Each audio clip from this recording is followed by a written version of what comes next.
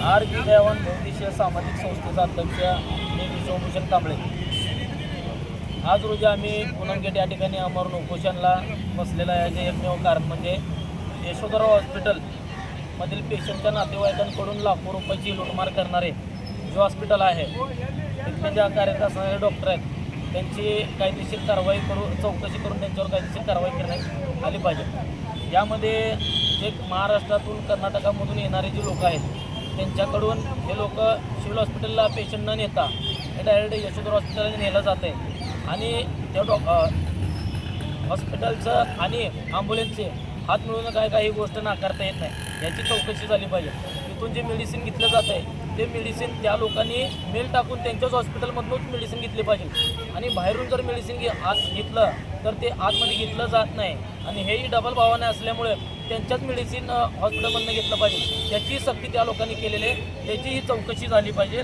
आणि महाराष्ट्र सरकारकडून जे चालू असलेले जे योजना आहेत यामध्ये महात्मा फुले योजना, जन आरोग्य योजना, ई श्रम कार्ड, बांधकाम कार्ड जे योजना आहेत या सर्व योजना लागू असताना देखील पेशंटच्या नातेवाईकांकडूनही पैसे उकळले जातात आणि शासनाकडून त्यांचं आधार कार्ड घेऊन लाखो रुपयाची लूटमार जी हॉस्पिटलच्या माध्यमातून आज रोजीपर्यंत होत आहे. या सर्वांची सखोल चौकशी झाली पाहिजे.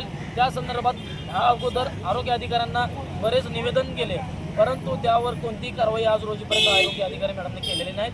त्याच या सर्वांच्या विषय आम्ही घेऊन आज रोजीपासून आमरण उपोषण केलेलं आहे. याची सर्वांची तात्काळ चौकशी झाली पाहिजे. संबंधितांवर गुन्हे दाखल झाले पाहिजे. म्हणजे शासनाची आणि जनतेची जी अशी फसवणूक केली जाते आणि लाखो रुपयाची लूटमार केली जाते कुठं तर थांबलं पाहिजे. भ्रष्टाचाराला आळा बसला पाहिजे म्हणून आम्ही नाही का या ठिकाणी आमचं उपोषण चालू आहे. संबंधित जे कोण आहेत त्यांच्यावर कायदेशीर कारवाई झाली पाहिजे.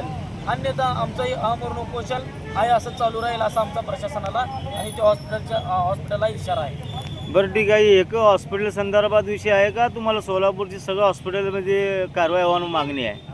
आम्ही या निवेदनामध्ये अशा नमूद आहे की जेणेकरून जे आता हॉस्पिटलचं तर आहे, पण आमची मागणी अशी आहे की ह्या हॉस्पिटलचं बघून जेणेकरून नोबल हॉस्पिटलचं जसं झालेलं आहे त्याच धर्तीवर सोलापूरमधल्या सर्व हॉस्पिटलमध्ये कारवाई झाली पाहिजे. सर्वांची पाहणी झाली पाहिजे.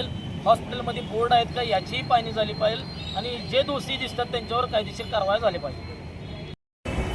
आज आर.बी. दयावान संस्थेचे जे पदाधिकारी आहेत ते पूनम गेट जिल्हा परिषद या ठिकाणी आमरण उपोषणासाठी बसलेले आहेत. यशोधरा हॉस्पिटलमध्ये नागरिकांना औषधांसाठी सक्ती केली जात आहे की त्यांच्याच मेडिकलमधनं घ्यावेत, बाहेरनं घेऊ नये. ही सक्ती करणं हा गुन्हा आहे, कारण की अन्न औषध प्रशासनाचे जे प्रमुख आहेत आदरणीय तुकाराम मुंडे मागील काही कालावधीपूर्वी नोबल हॉस्पिटलवरती याच विषयासंदर्भात कारवाई केली गेलेली होती की हॉस्पिटलच्या औषधांसाठी सक्ती करू नये. बाहेर नाही पेशंट नातेवाईक जे आहेत ते आणू शकतात, परंतु दुप्पट तिप्पट भावाने जास्त असलेले औषधं खरेदी करण्यासाठी त्या ठिकाणी सक्ती केली जात आहे. यातनं पेशंटची, नातेवाईकांची लूटमार केली जात आहे.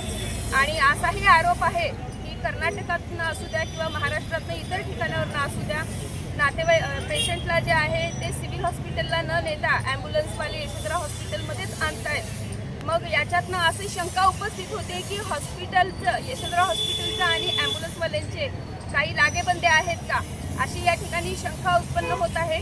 शासनाच्या अनेक योजना आहेत वैद्यकीय सेवेसाठी, तर या योजनांसाठी पेशंटकडनं डॉक्युमेंट घेतले जात आहेत, त्यांचा लाभही हॉस्पिटल मिळवतं आहे आणि पेशंटकडनं पैसेही उकळले जातात असाही या ठिकाणी आरोप आहे. आणि पेशंट जरी मृत्यू जरी झाला पेशंटचा तरी त्यांच्याकडनं लाखोंची बिलं लुटली जात आहेत. तर अशा पद्धतीची लूटमार ही हॉस्पिटलच्या वतीने सुरू आहे असं या संस्थेचं म्हणणं आहे. तर हे अत्यंत चुकीची गोष्ट आहे.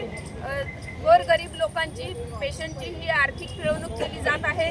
तर असं जर या हॉस्पिटलच्या अंतर्गत सुरू असेल तर प्रशासनाने याची गंभीर दखल घ्यावी आणि असे जे कृत्य करणारे हॉस्पिटल आहेत तर या अशा हॉस्पिटलवर, हे असे इतर हॉस्पिटल असू द्या किंवा यशोधरा हॉस्पिटल असू द्या, अशा हॉस्पिटलवरती तत्काळ कारवाई केली पाहिजे. त्या ठिकाणी जे संबंधित जे अधिकारी, जे तिथले कर्मचारी जे ह्याच्यामध्ये सहभागी आहेत यांच्यावर सुद्धा कारवाई करावी. अशा पद्धतीचा या उपोषणासाठी मी